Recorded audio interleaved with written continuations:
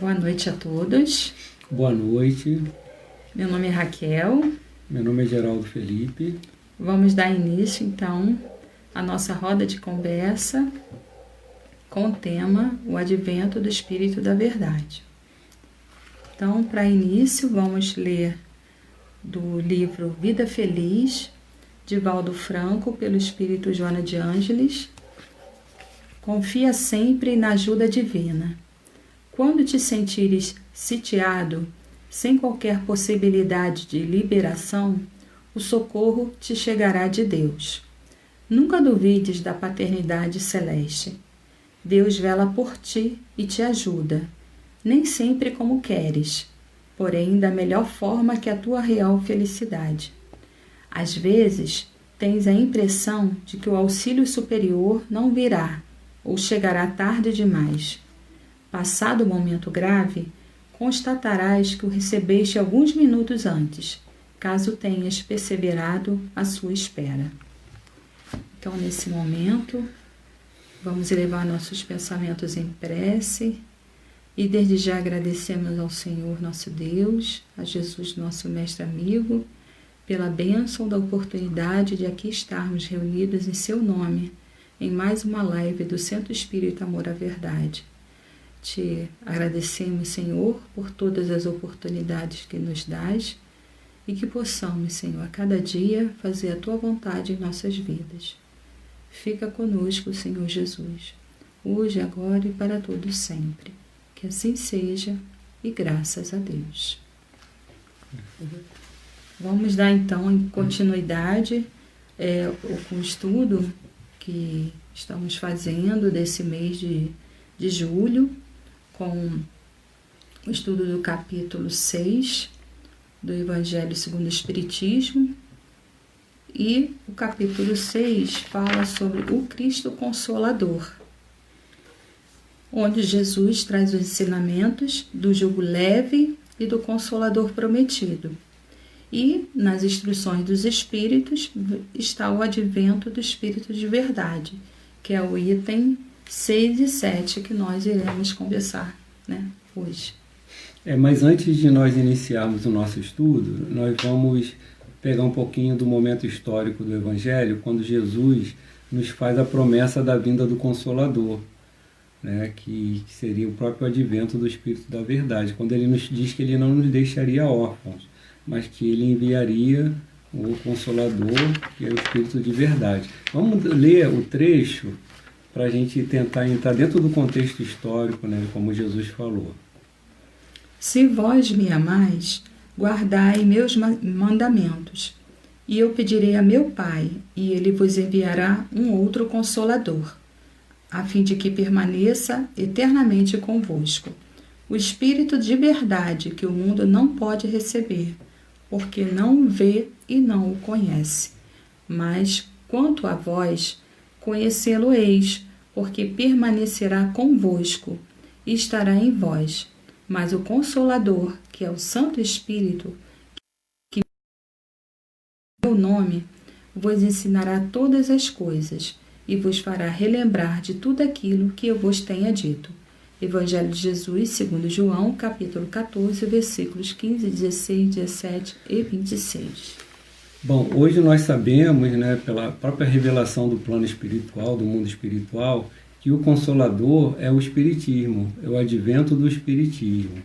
E que para que a doutrina espírita chegasse até nós, foi necessário todo um planejamento reencarnatório, e Allan Kardec reencarnou entre nós como professor Hipólito Leon Denisard Rivaio, que nasceu no dia 3 de outubro de 1804, na cidade da França, em Lyon, e ele se preparou, foi um espírito preparado para nos trazer o advento do Espírito de Verdade, do Consolador prometido.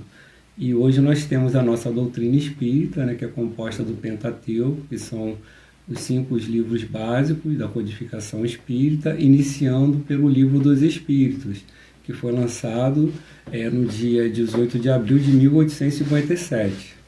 Então, e a doutrina espírita, ela veio no momento certo, né, para que nos trazer os ensinamentos do plano espiritual, da realidade espiritual. Então, vamos agora comentar, ler e comentar para o item 6, do capítulo 6 do Evangelho segundo o Espiritismo. Que são mensagens trazidas pelo Espírito, assinado pelo Espírito de Verdade. Né? É um conjunto de mensagens que já foi iniciado na leitura da semana passada, né? no estudo da semana passada, e hoje nós vamos dar continuidade a essas comunicações que uns falam que é o próprio Cristo, outros acham que pode ser algum representante dele, mas que tem um conteúdo muito profundo. Então, por isso que nós até achamos que seriam do próprio Cristo. Venho ensinar e consolar os pobres deserdados. Venho lhes dizer que elevem sua resignação ao nível de suas provas, que chorem, porque a dor foi sagrada no Jardim das Oliveiras, mas que esperem, porque os anjos consoladores virão enxugar suas lágrimas. Então, como a gente vê aqui o Espírito de Verdade, assim como no Sermão das Bem-aventuranças, onde Jesus afirmou que bem-aventurados os aflitos, porque serão consolados, o Espírito de Verdade ensina que devemos nos resignar ante as nossas provas e que os anjos consoladores virão enxugar nossas lágrimas.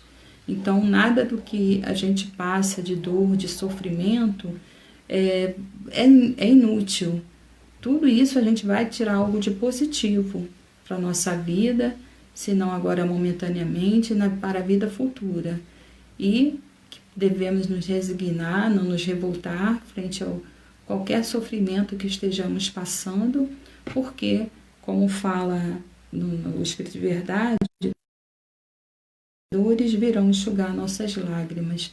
Então, esse é um sofrimento que é um sofrimento, vamos dizer assim, um sofrimento útil, que tem o sofrimento inútil é aquele que vem através da revolta, né? que não se conforma com as situações que acontecem na nossa vida, quando não nos conformamos.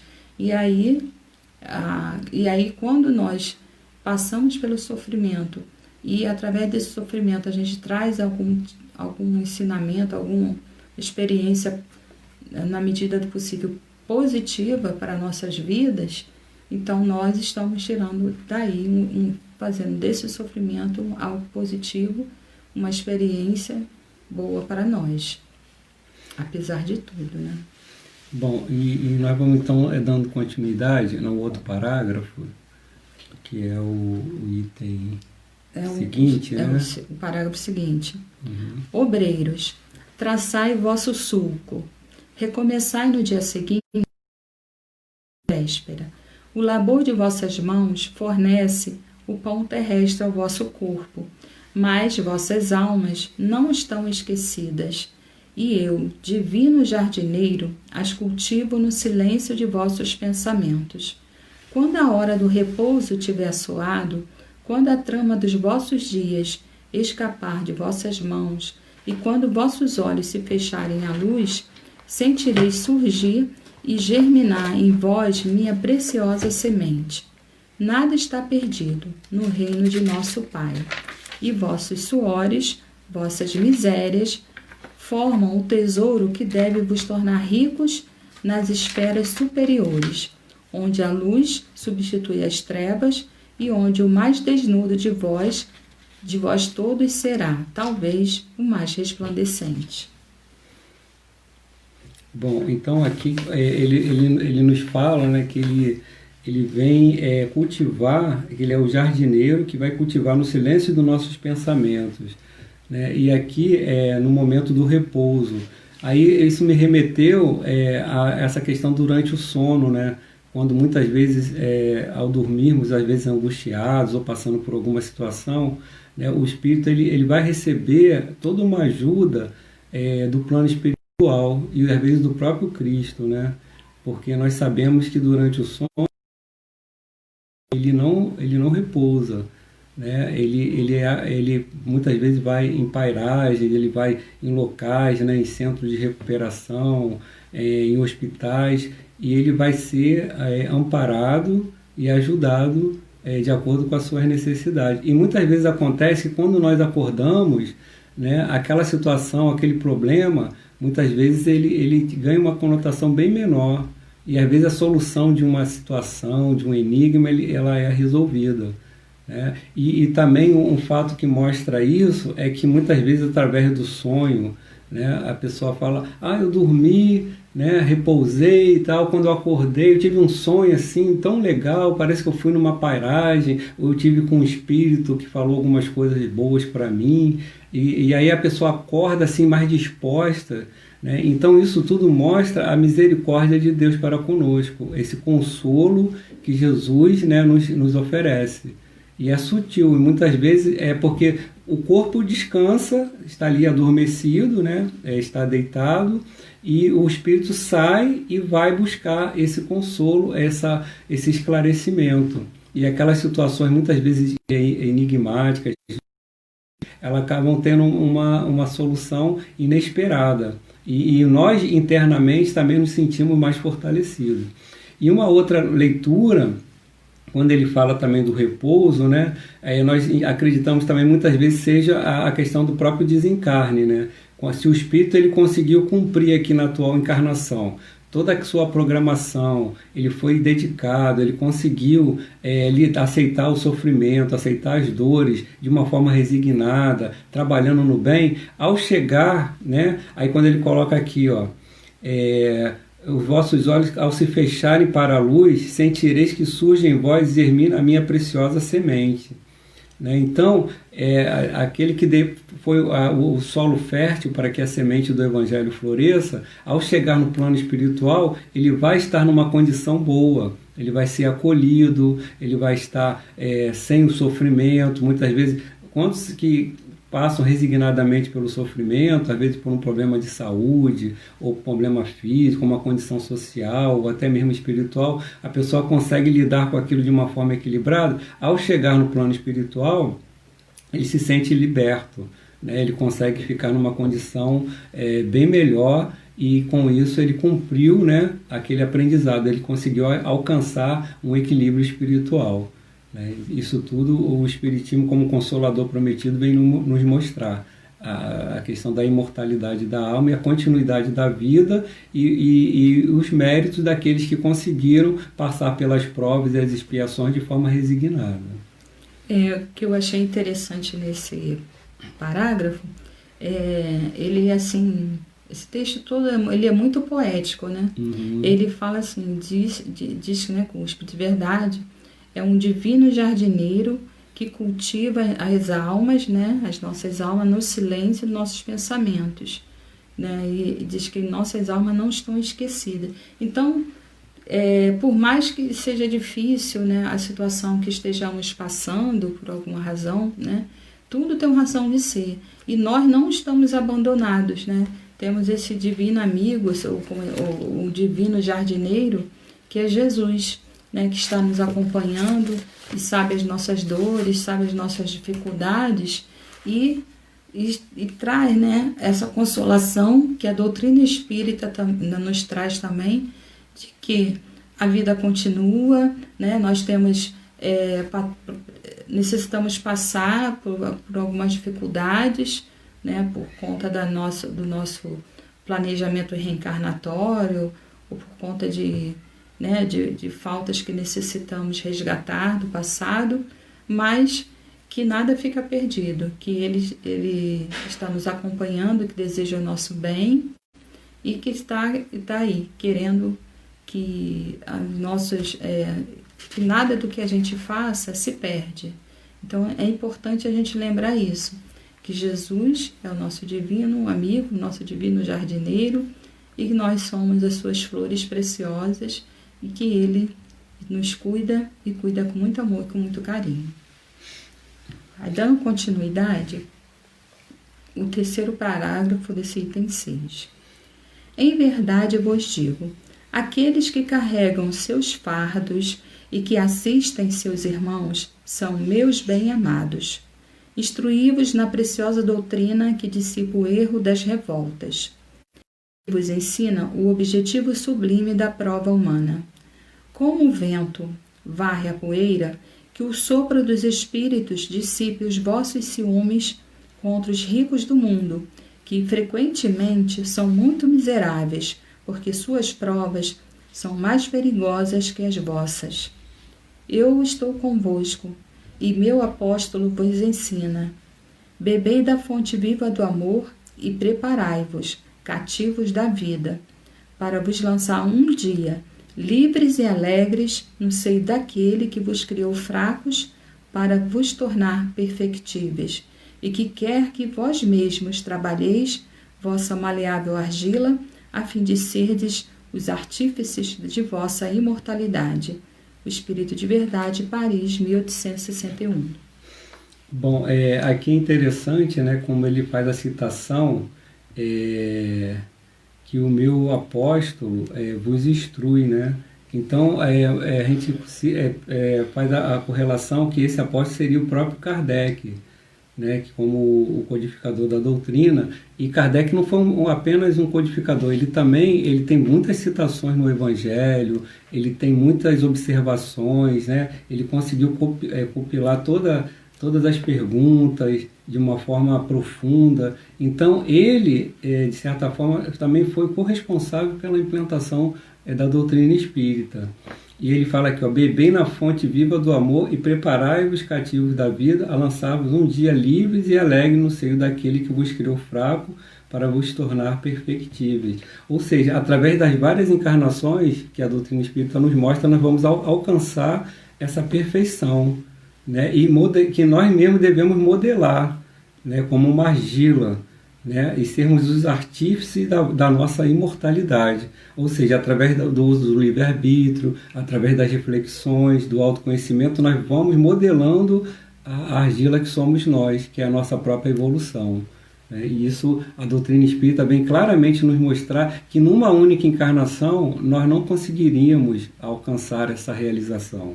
Então nós precisamos de várias reencarnações, vamos nos aperfeiçoando de acordo com as nossas necessidades, sempre com o amparo de Jesus, né, que é o governador espiritual do planeta, e dos amigos espirituais, que estão sempre ali nos ajudando. Cada um de nós tem o seu anjo guardião responsável pela nossa encarnação, pela nossa reencarnação. E eles estão sempre junto a nós, nos amparando. O que eu achei interessante aqui nesse capítulo, ele fala assim: como o vento varre a poeira, que o sopro dos espíritos dissipe os vossos ciúmes contra os ricos do mundo, que frequentemente são muito miseráveis, porque suas provas são mais perigosas que as vossas.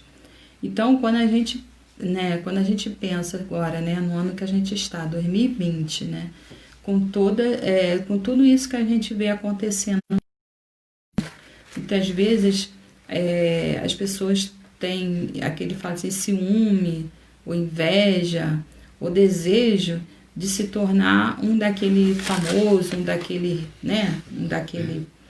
político, um daquele astro da música, né? E muitas vezes a gente não sabe o que aquela criatura passa para estar naquela situação. Muitas vezes a gente vê aí, né? Muita gente acaba se deixando corromper ou corrompendo outros para poder estar numa situação financeira, né? Uma situação melhor do que a maioria das pessoas.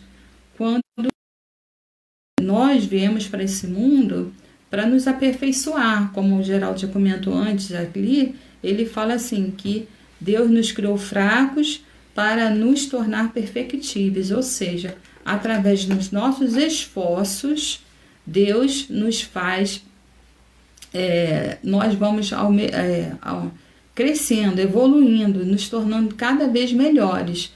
Mas se nós nos deixarmos levar pelas falsas, né, pelas falsas alegrias do mundo, pelas riquezas, pelas ilusões, né? Isso faz com que a gente, né, retarde a nossa evolução. Porque aí quando a gente cai nessa situação de se deixar levar né, a ilusão das riquezas, do poder, da fama, e tudo isso aí que a gente, né, vê que muita gente se deixa levar, né, e acaba se complicando, né, complicando aquela encarnação e complicando várias pessoas também, né, porque ao mesmo tempo que a pessoa erra, ela dá mau exemplo para os seus próprios entes familiares, ou leva os seus entes familiares também a errar, como a gente vê também, né, no noticiário falando que às vezes quando prende também um irmão, prende até a mãe, né, um filho. Quer dizer, as pessoas estão ali envolvidas, né, do mesmo núcleo familiar, estão ali envolvidas naquela mesma situação. E aí acabam, né, assim, caindo. Não só aquele que cometeu, mas leva outras pessoas a cair também nessa situação de erro. Então agrava mais a sua trajetória espiritual, prejudica e tem maior dificuldade quando tiver uma nova oportunidade reencarnatória na próxima encarnação de ter uma próxima encarnação bem mais difícil do que a presente. Eu vou fazer a leitura então aqui do item 7, para dando continuidade. Ele fala assim, ó, espírito de verdade, né? Ele fala: sou o grande médico das almas e venho trazer-vos o remédio que vos há de curar. Os fracos, os sofredores e os enfermos são os meus filhos prediletos. Venho salvá-los. Vinde, pois, a mim, vós que sofreis, e vos achais oprimidos, e serei aliviados e consolados. Não busqueis alures, a força e a consolação, pois que o mundo é impotente para dá-las. Deus dirige um supremo apelo aos vossos corações por meio do Espiritismo. Escutai-o, extirpados sejam de vossas almas doloridas a impiedade, a mentira, o erro, a incredulidade. São monstros que sugam o vosso mais puro sangue e que vos abrem chagas quase sempre mortais. Que no futuro, humildes e submissos ao Criador, pratiqueis a sua lei divina. Amai e orai. Sede dóceis aos Espíritos. Invocai-o do fundo de vossos corações. Ele então vos enviará o seu Filho bem-amado, para vos instruir e dizer estas boas palavras. Eis-me aqui, venho até vós, porque me chamastes. O Espírito de Verdade, Bordel, 1861. Bom, aqui ele fala, né, desses monstros que muitas vezes se cultiva dentro da própria alma, né? Ele fala que seria assim a impiedade, a mentira, o erro, a incredulidade, né? E aí eu estava refletindo, né, qual é a melhor maneira de nós identificarmos esses monstros e para que a gente possa diluí-los, né, ou até superá-los, nós temos que reconhecer que eles habitam dentro de nós ainda.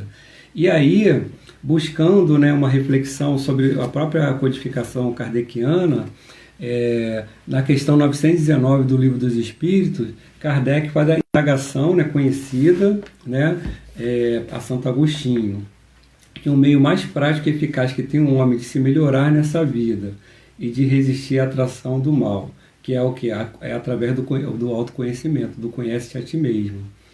Aí ele faz a indagação, ele dá continuidade dizendo: fazia o que eu fazia quando vivi na Terra. Ao fim do dia, interrogava a minha consciência, passava revista ao que fizera e perguntava a mim mesmo se não faltar algum dever, se ninguém tiver motivo de mim se queixar. Então, é uma questão aparentemente simples, né, da gente fazer aquele balanço diário antes de dormir, né, e passar em revista como foi o nosso dia, né, e a partir daí, nesse exercício diário, nós vamos conseguindo superar as nossas limitações, identificar, né, os pontos fracos, aquilo que precisam ser superados. Agora, isso não é tão simples quanto se aparenta, né? Existe todo um processo de resistência interna nossa, de dificuldade, e que aí nós vamos recorrer a Joana de Ângeles, quando ela nos traz aqui no livro Autodescobrimento, né? Ela coloca essa questão assim de uma forma bem objetiva, ó. Somente através de um é possível olhar para dentro e pesquisar as possibilidades disponíveis para melhor identificar o que fazer, quando e como realizá-lo. Ou seja, identificar dentro de nós, no nosso interior, né, dentro do nosso inconsciente, o que já temos de possibilidades, né, ou seja, os nossos pontos fracos e os nossos pontos fortes, né? Trata-se essa tarefa de um desafio que exige intenção lúcida até criar o hábito da interiorização, partindo da reflexão para o mergulho no oceano do si, daí retirando as pérolas preciosas da harmonia e da plenitude, indispensáveis à vivência real do ser pensante. Ou seja, dentro de nós mesmos, do si, que ela chama, né, tirarmos essas pérolas preciosas. Mas para isso nós temos que utilizar a vontade. Aí ela coloca aqui que é uma experiência urgente que nós precisamos fazer, desse mergulho dentro de nós, né? Porque não é algo assim tão simples. Ela coloca aqui, ó, o esforço de transformação da natureza inferior para melhor alonga-se em um trabalho paciente, modelador do novo ser, que enfrentará os seus karmas conscientes de si mesmo, responsavelmente, sem as reações destrutivas, mas com as ações renovadoras. Então esse karma negativo é o que nós trazemos de outras existências, né, que nós precisamos, né? E hoje nós temos as técnicas da psicoterapia, né, até a TVP, nós temos algumas técnicas de mergulho dentro do inconsciente, visualizações terapêuticas, que nos ajudam a fazer esse mergulho e fazermos essa mudança interna, né? Não é algo tão simples, né? Muitas vezes até o indivíduo vai precisar de uma ajuda externa, né? Vai precisar de alguém, de algum profissional, ou mesmo dentro da própria casa espírita, através de participação nos grupos de estudos, no interno, da própria tratamentos espirituais que a casa espírita oferece, porque nós sabemos que muitas vezes esses sentimentos negativos que nós trazemos em nós são realimentados pelos obsessores, né, pelos nossos irmãos do outro lado da vida que não aceitam a nossa melhora. E muitas vezes a casa espírita oferece o tratamento da desobsessão, né, do passe, e que através desse tratamento, ao longo de um tempo, né, determinado, que não é imediato, a gente tem aquela ilusão também de que a mudança vai ser imediata, e não é. É todo um processo de anos que nós vamos, aos poucos, fazendo essa transformação interior, através do autoconhecimento. Aí ela continua aqui, ó. Certamente não vem prematuramente o triunfo, nem se torna necessário a ocasião para semear, empreender e momento outro para colher, ter respostas. O que se não deve temer é o atraso dos resultados, perder o estímulo porque os frutos não se apresentam ainda e não trazem o agradável sabor esperado. Então esse processo é lento, muitas vezes no imediatismo não vai surgir, ele vai surgir ao longo do tempo. Repetir o tentame com a lógica dos bons efeitos, conservar o entusiasmo, são meios eficazes para identificar as próprias possibilidades, sempre maiores quanto mais aplicadas. Então, buscar sempre esse entusiasmo, um ajudando o outro, né, dentro dos grupos de estudos, né? Agora nós estamos tendo, devido à pandemia, essa experiência do Zoom, né, dos grupos pela internet, que é uma possibilidade, né, também de autorreflexão, né? Então até atendimento fraterno muitas vezes são feitos pela própria internet, que são recursos que a doutrina espírita nos oferece. Algo assim que eu achei interessante nesse item também é que o próprio Cristo aqui nos fala. Ele vem falar, sou o grande médico das almas. Então ele vem nos trazer essa mensagem muito bonita de consolo para todos nós.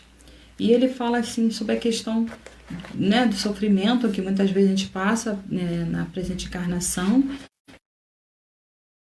que comentou aqui antes, fazer a nossa autoavaliação, né, e se perceber diariamente o que precisa mudar, porque muitas vezes a gente pensa assim, eu vou fazer a nossa avaliação anual.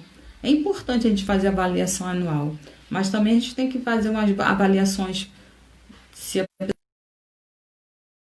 periodicamente, né, a pessoa fazer uma avaliação se as suas atitudes com aquilo que você acredita. Então, muitas vezes a gente acredita numa coisa positiva, coisa boa, mas nossas atitudes não têm a ver com aquilo que a gente acredita. Então, é uma hora da gente se autoavaliar e ver realmente se isso, se a gente consegue. Isso só mesmo a gente, né, pode mudar com a ajuda, né, com a ajuda terapêutica, com a ajuda da conversa fraterna, dos estudos, tudo isso é motivo dos livros também, tudo isso são formas de nos ajudar, mas a gente tem que fazer a nossa parte. Então, ele continua falando assim, no futuro, humildes e submissos ao Senhor, praticaremos sua divina lei. Então, né, depois da gente ver que a gente pisou na bola direto, que a gente fez, né, errou bastante. Aí, a partir do momento que a gente cansa de fazer, de sofrer, nós vamos nos tornarmos humildes e submissos ao Senhor.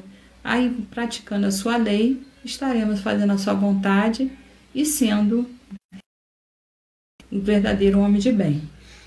E, né, para finalizar, ele nos ensina para amarmos e orarmos, para sermos dóceis aos Espíritos do Senhor. Aqui na da codificação, no Pentateuco, tem várias passagens sobre de espíritos que trouxeram mensagem, assim como espíritos de verdade. Também nas obras subsidiárias de Chico Xavier, de Divaldo Pereira Franco e outros autores, também, né, como Joana de Ângeles, né, que é a psicografia de Divaldo Franco, que trazem mensagens que nós, né, reflitamos sobre as nossas atitudes, sobre a nossa vida, nossas ações, até nossos pensamentos, para que a gente possa, aos poucos, melhorar, porque nada é assim de um salto, né? Tudo a gente tem que fazer de acordo, refletindo e mudando aos poucos, para que a gente possa, quando a gente aqui nos retirar desse mundo, a gente sair um pouco melhor do que quando aqui chegamos. Então, isso depende do nosso esforço, da nossa boa vontade. Bom, e então, não esquecendo que nós sempre podemos contar com nossos anjos guardiões, né? E que Jesus continua como governador espiritual, o grande médico, né, das nossas almas, ele continua sempre a nos ajudar nesse processo, né? E que o nosso destino é a evolução. E por pior que sejam as nossas tendências, nossas dificuldades, nós sempre podemos e temos a nosso favor essa lei, a lei da evolução.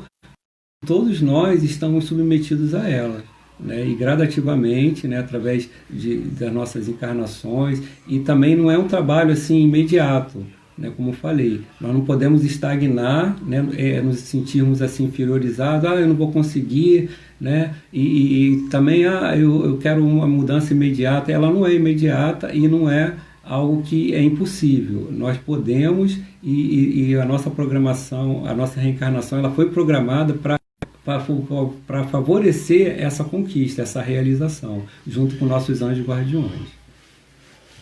Então, a gente encerra aqui, né, nossa roda de conversa. Agradecemos a oportunidade de aqui estarmos, reunidos em nome de Jesus. E semana que vem teremos a continuidade, o último item desse capítulo 6, Cristo Consolador.